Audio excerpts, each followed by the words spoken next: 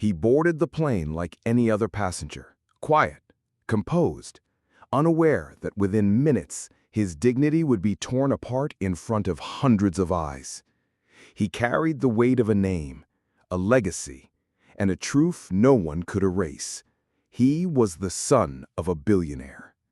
But to her, the flight attendant, none of that mattered.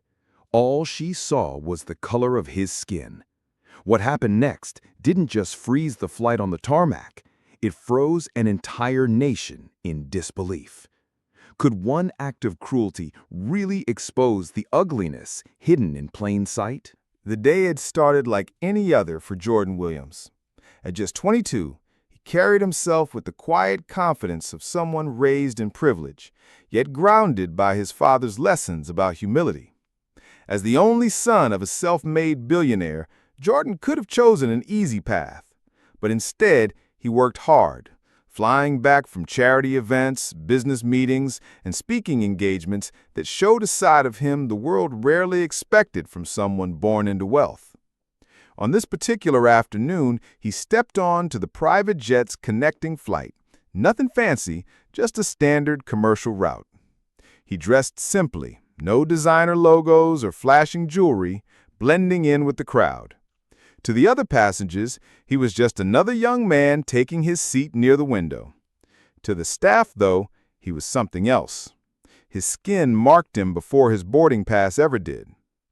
Jordan adjusted his headphones, unaware that eyes were already on him. Whispers moved like shadows among the crew, subtle but sharp. He didn't know it yet, but one person's prejudice was about to turn this routine flight into a nightmare. And as the engines hummed to life, the stage was quietly being set for a moment that would leave everyone on board breathless and the world watching in shock. At first, everything seemed ordinary. The passengers settled in, the cabin lights dimmed, and Jordan leaned back against his seat, scrolling through music. But the peace was short-lived. It began with a glance, a sharp, disapproving look from the flight attendant as she moved down the aisle. She paused longer at his row than at any other, her eyes narrowing as though she saw something out of place. Jordan caught it, but brushed it off. He had learned, growing up, that stares often carried more weight than words. Minutes later, the same attendant returned. This time, she stopped. Without a word, she reached for Jordan's boarding pass, snatching it from the seat pocket as if he had no right to it. "Are you sure you belong here?" she asked flatly, her voice low but laced with contempt. A murmur spread among nearby passengers. Jordan froze, not out of fear, but out of disbelief.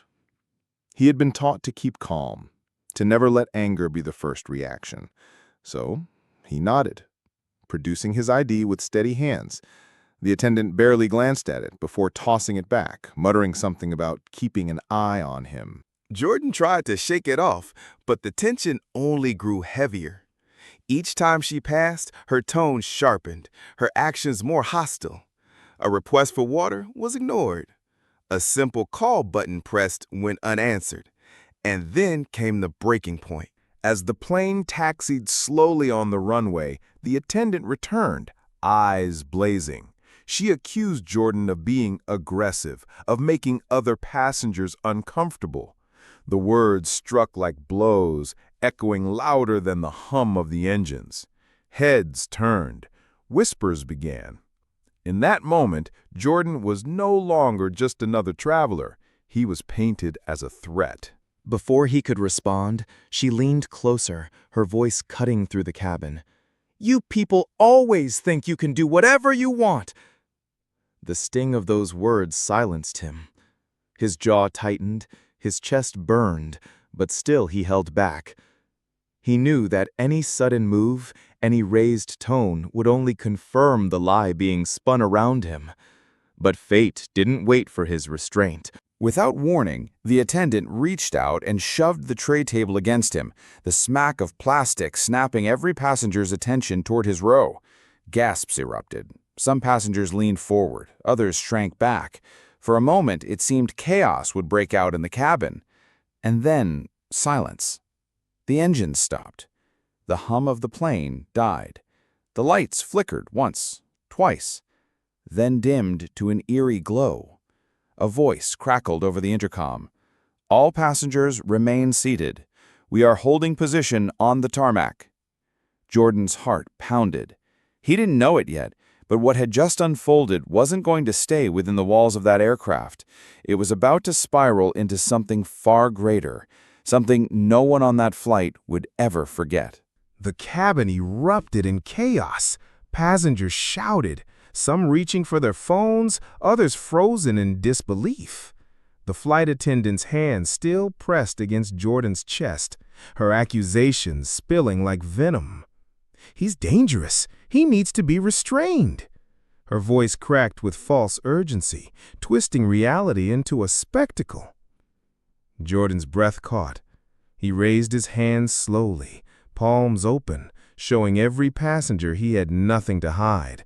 But the damage was done. Whispers became judgments. Fear turned into suspicion. To them, he was no longer the quiet young man who had boarded minutes earlier. He was a threat, defined not by his actions, but by his skin. Two crew members rushed forward. Instead of questioning the attendant, they moved toward Jordan. "Sir, you need to calm down," one ordered, though Jordan had not moved, had not spoken above a whisper. The weight of injustice pressed harder than the hands now reaching for him. He tried to speak, to defend himself, but the words tangled in his throat. He thought of his father, the empire he had built, the pride he carried for his son. Would all of that vanish in this single moment? Would Jordan be remembered not as a man, not as a leader, but as a headline, "Billionaire's son removed from flight"? The plane sat frozen on the tarmac, but inside, time raced. Phones recorded. Children cried. One wrong move could shatter everything. And then, the moment no one expected. A passenger stood up, voice trembling but fierce. "I saw everything. He did nothing wrong." Another voice followed, then another. Soon, the silence was broken by a chorus of truth. Passengers united against the lie.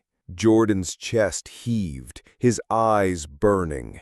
For the first time since it began, the balance shifted. But whether it was enough to stop what had already been set in motion, no one knew. Because in that instant, one question hung heavier than the silence itself. Would justice finally take flight, or would it be grounded forever? The plane eventually moved again, but for Jordan, time never truly restarted. Security came, not to drag him away, but to question the truth everyone had just witnessed. The footage from countless passenger phones told a story the flight attendant could no longer rewrite. Her accusations crumbled under the weight of undeniable evidence. Still, the scars of those minutes, being dehumanized, accused, and almost condemned, would not fade so easily. Jordan walked off that flight shaken, but not defeated. He realized this wasn't just about him, or even about being the son of a billionaire. Wealth, power, status, none of it shielded him from the shadow of prejudice. In that cabin, he wasn't seen as a leader, a philanthropist, or even a man. He was reduced to a stereotype. The incident went viral, sparking outrage across social media and news outlets. To some, it was just another headline, but to others, it was a painful reminder, a confirmation of the bias that creeps into everyday spaces, from sidewalks to classrooms, from workplaces to airplanes. Jordan's story became more than a moment of injustice. It became a mirror. And here lies the deeper truth. For every Jordan whose story is recorded and shared, there are countless others whose pain is never seen, never believed, never told. So the question isn't whether this was a tragedy. The question is, how many more will it take before we refuse to look away? Because racism doesn't just freeze flights, it freezes lives, futures, and hope. And until we choose to confront it, the cycle will continue. What would you have done if you were on that plane? And more importantly, what will you do now?